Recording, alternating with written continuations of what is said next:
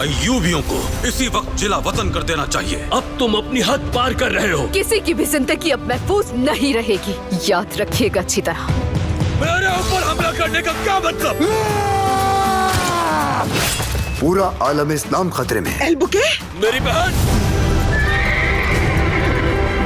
मैंने नूरुद्दीन को बता दिया ये जंग कितनी खतरनाक साबित होगी। अब मैं वो हौलनाक मंजर पेश करूंगा कि वो सब के सब लरस जाए। मैं शहजादा मौदूद और तुम सब मिलकर सलाहुद्दीन को कामयाब न होने देंगे। सल्तनत में एक और सल्तनत बनाने की कोशिश मत करो। सलाहुद्दीन से इत्तेहाद नहीं होगा।